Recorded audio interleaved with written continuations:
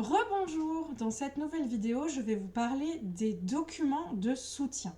Qu'est-ce que c'est que ce truc-là? C'est l'une des nombreuses pièces techniques que l'on peut trouver, que l'on peut insérer dans un ouvrage de fiction.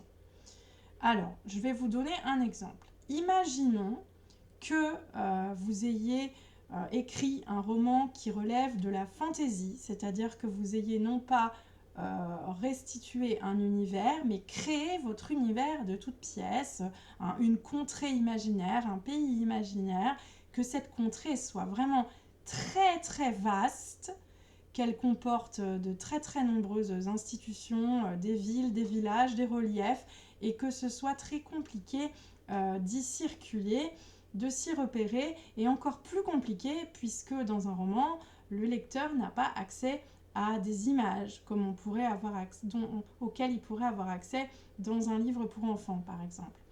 Dans ce cas-là, ce que vous pouvez faire, c'est dessiner la carte de cette contrée, la nommer bien sûr, dessiner la carte de cette contrée plus ou moins détaillée et positionner votre carte en tout début de roman afin que votre lecteur puisse s'y référer en cas de besoin.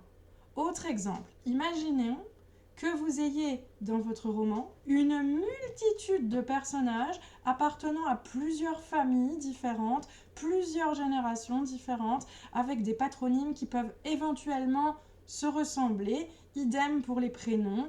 Encore une fois, il est difficile de savoir qui est en lien avec qui. Il est difficile pour le lecteur de ne pas perdre le fil.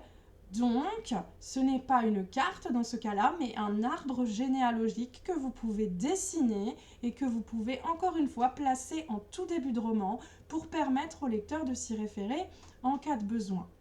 L'exemple le plus célèbre que je peux vous donner, c'est l'exemple de la Terre du Milieu, la fameuse contrée sur laquelle se base la saga du Seigneur des Anneaux créée par Tolkien, d'accord. Dans son tout premier tome, et peut-être même dans les autres tomes que je n'ai pas lus, Tolkien donne toujours l'opportunité à ses lecteurs de se référer à la carte de la Terre du Milieu pour leur éviter de se perdre et pour qu'ils aient toujours des repères. Encore une fois, il est très très utile de pouvoir se représenter mentalement les choses que l'on ne peut pas visualiser par le biais d'une image. Voilà, un document de soutien, c'est ça. Vous trouverez peut-être d'autres exemples, d'autres types de documents à insérer, mais grâce à cette vidéo, je l'espère, vous avez compris toute l'utilité de ce type de document. Ils soutiennent le lecteur dans le voyage littéraire qu'il a entrepris.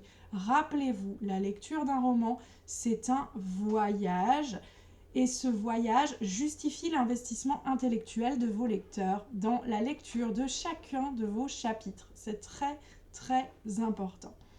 Sur ce, je vous souhaite une très belle journée, de très jolies lectures, de très jolis voyages, et vous dis à bientôt!